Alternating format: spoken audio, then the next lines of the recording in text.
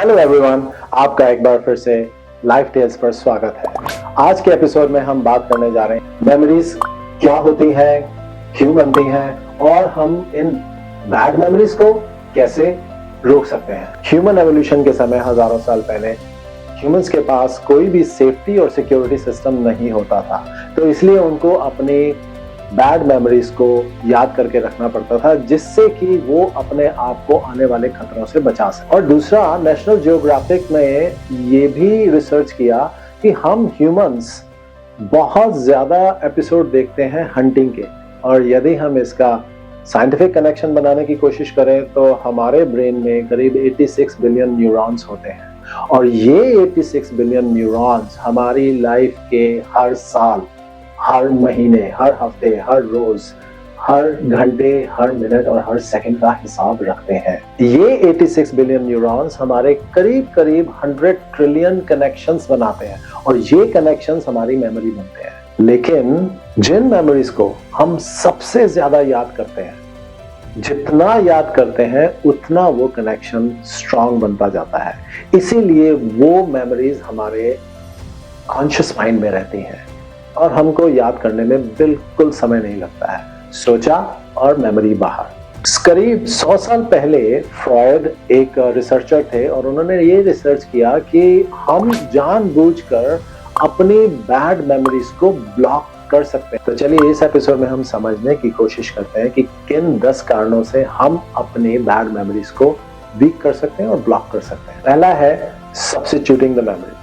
Negative memories को substitute करते हैं पॉजिटिव मेमोरीज से। एग्जाम्पल, ऑफिस के अंदर बॉस बहुत बुरा है लेकिन कोलीग्स तो बहुत अच्छे हैं, तो हम कोलीग्स के बारे में याद करेंगे। वाइफ या हस्बैंड बहुत बुरे हैं लेकिन उनके साथ हम वेकेशन पे गए थे, तो हम वेकेशन को याद करें। दूसरा, पॉजिटिव मीनिंग डाल के। इसमें मैं एक कहानी कहना चाहूंगा कि एक धोबी के पास गधा था और गधा उसका चोरी हो गया, लेकिन वो बहुत खुश रहता था। तो लोगों ने उससे पूछा कि तुम इतने खुश क्यों रहते हो, तुम्हारा तो गधा चोरी हो गया। उसने बोला, जब गधा था तो काम करता था, लेकिन अब गधा नहीं है तो मैं उसका गोबर उठाने से बचा, मैं उसको खाना खिलाने से बचा। तीसरा है नेगेटिंग द मेमोरी।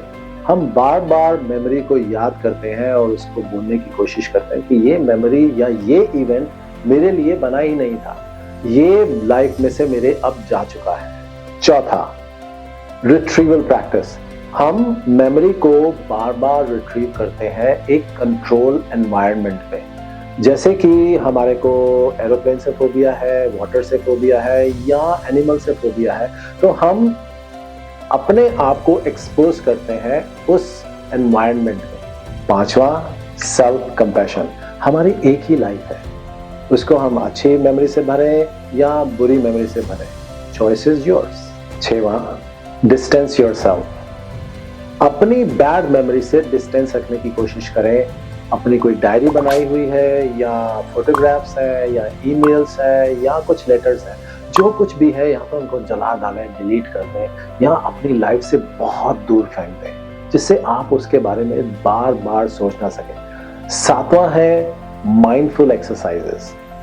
मेडिटेशन करें, breathing, pranayama, yoga, exercise, cycling, swimming, do anything. सबसे इंपॉर्टेंट है 8वां point, stop playing the victim card. हाय मेरे साथ ही ऐसा क्यों हुआ, और हम बार बार मंदिर, मस्जिद, गुरुद्वारे जाते हैं और भगवान से प्रेयर करते हैं कि भगवान मेरे साथ ऐसा क्यों हुआ, लेकिन हम ये समझने की कोशिश नहीं करते कि जितना हम भगवान को पुकारेंगे और जितना हम भगवान से बात करेंगे कि मेरी लाइफ में ऐसा इवेंट हुआ है, तो हम क्या कर रहे हैं, हम अपने उस न्यूरॉन के कनेक्शन को और स्ट्रांग बना रहे हैं। So please don't be the victim to the bad memory. 9वां है, डॉक्टर्स के पास कुछ ड्रग्स अवेलेबल होती हैं जिससे कि वो बैड मेमोरीज को ब्लॉक कर सकते हैं। और 10वां, ये सब बातें तो जरूर कीजिए लेकिन एक साइकियाट्रिस्ट की मदद जरूर लीजिए, जिससे कि वो साइकियाट्रिस्ट कोशिश करके आपके अंदर की बैड मेमोरीज को या तो ब्लॉक कर सके या उनको वीक करने में आपकी मदद कर सके। आपको ये एपिसोड कैसा लगा इसके बारे में कमेंट कीजिएगा, लाइक कीजिएगा, सब्सक्राइब कीजिएगा, और हाँ, अपने उन दोस्तों के साथ जरूर शेयर कीजिएगा जिनके लाइफ में अभी भी बैड मेमोरीज कॉन्शियस माइंड में है। Thank you.